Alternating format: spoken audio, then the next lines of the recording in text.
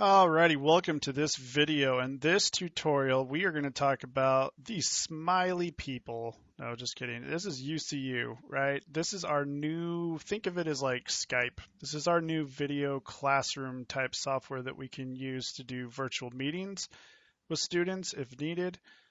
And that's what we're going to talk about is what this is and how cheesy these people are. Sorry, it just makes me laugh. Anyway, so this is the website, ucu.com.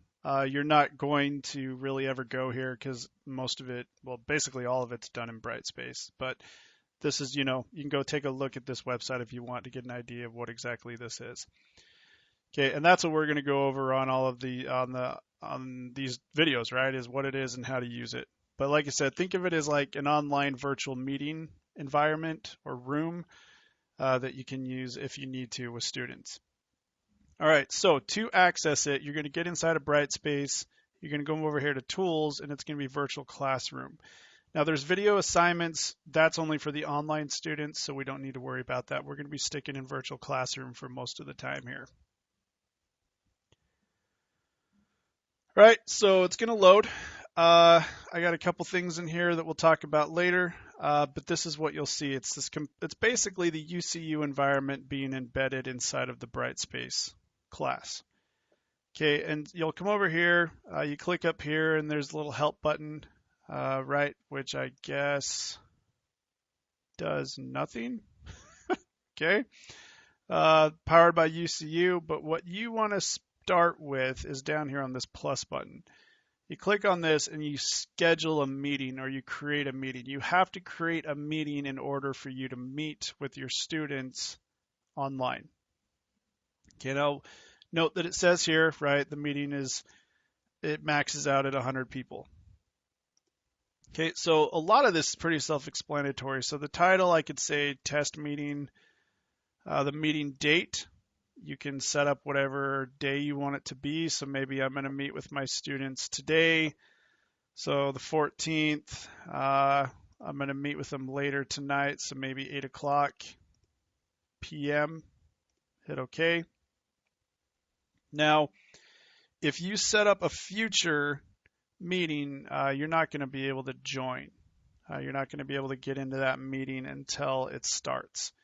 So just be aware of that. Now, if you are talking with a student through email or texting them, or you need to meet with them like now, well, then obviously you have this now option. So you can check on that. So I'll just create one for the future here. The max duration. Now the duration gets important because if you do a recording of this meeting, the recording isn't going to start processing or it's not going to be available until the meeting ends. So if you set up like a 90-minute meeting and you only record for maybe 15 minutes of it and you end early, well, that recording of the meeting isn't going to show up until that hour and a half is gone by. Now that actually brings us to the question of, well, what if we go over the max duration? I actually don't know. Don't think it would kick you out, but it might. So just be aware. If you run over, it might just end the meeting. I'm not sure exactly what happens there, but just, be aware. Just make sure that you always pick a duration that's longer than you're going to need. Okay, now start record automatically. I personally don't suggest that you would do this, but that means the minute you open the meeting, boom, it's going to start recording. So maybe if you're forgetful and you forget to record it, you forget to hit that record button, cool, then maybe you'll want to check that to save you.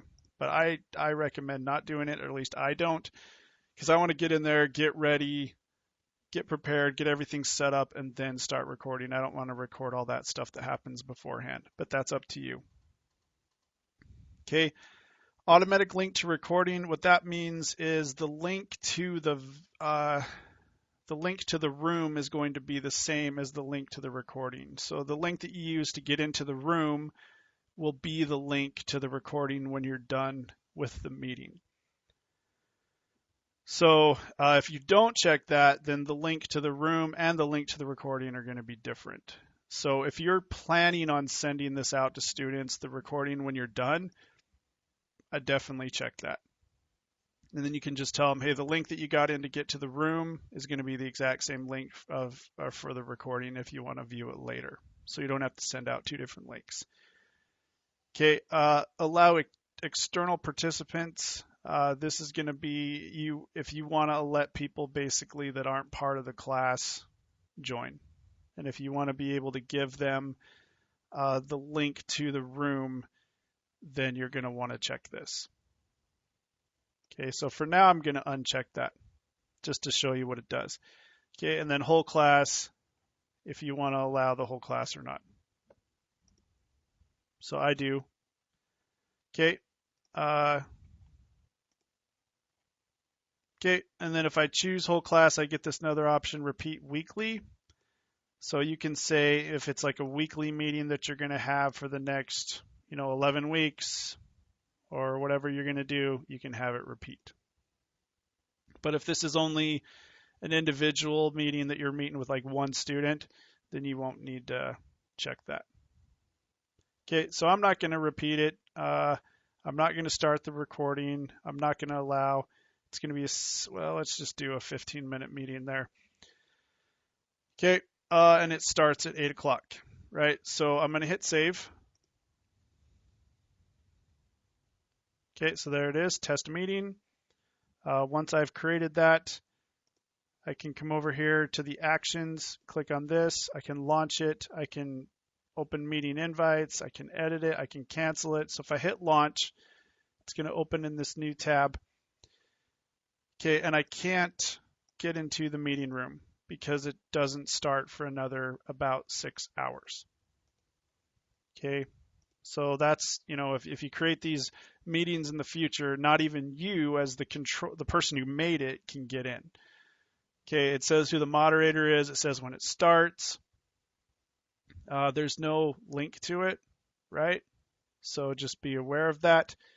And I will show you in the next video how you can share this meeting once you've created it, because we're not allowing external participants, so we're not able to send a link out to anyone, but in the next video, I'll show you how to share it with everyone.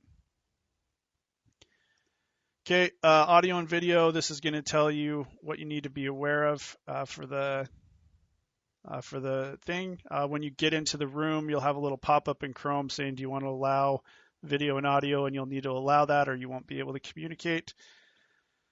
Chrome or Firefox is recommended. No Internet Explorer. Okay, there's a record button that we'll go over. Okay, participation, we're going to go over that as well. Okay, so that's for future meetings. So let me close out of that, and I'm going to cancel this test one. Oh, actually, let's click here. You can invite the meeting participants, but to be honest, what's the sync roster? That might be going and getting all my, I don't know what that did. Looked like nothing. Thought maybe that would go out there and get my class list, but maybe not. But we're going to cancel this because we can't even do anything with it. So we'll cancel the meeting here. We'll click here. We'll say test meeting again. Okay, and I'm going to say the meeting is now. And I'm going to say the max duration, we'll say 15 minutes. We're going to allow external participants, and we want the link to be converted to the recording. So the link to the room will be converted to the link to the recording. I don't want to record automatically, and it's not going to repeat. Okay, so I'll hit save. Okay, test meeting, there it is. Now I'm going to click on the same button. Well, now it gives me this extra option to copy the external link. So if I do that, now I've copied the link and I paste it. This is the link that I would send out to people. Okay. So this huge behemoth of a link here is what I would send out to people if I want them to join. Okay, and because I set it for now, I'm able to enter the meeting room. Okay, or I could just come here and launch. Okay, and when I launch it, now it gives me the invite link, which is the one we just barely saw. Okay, and then it just gives me the exact same things. There also gives you a phone number. So if they're not by computer, they're able to call in and enter that way if they need to. Okay, so they can call that number and then enter this code when prompted, and they'll be able to join the meeting through the phone if you want them to be able to do that. Okay, so that's about it. Oh, and by the way, right, so when you're creating that meeting and it says automatic link to recording, what that means is this link right here will be the link to the recording after you stop the meeting, after you're done recording in that meeting. Okay, all right, so now that I've created the meeting, I want to be able to share it with students. And that's what I'm going to do in the next video, show you all the different ways inside of Brightspace that you can share that meeting with the student.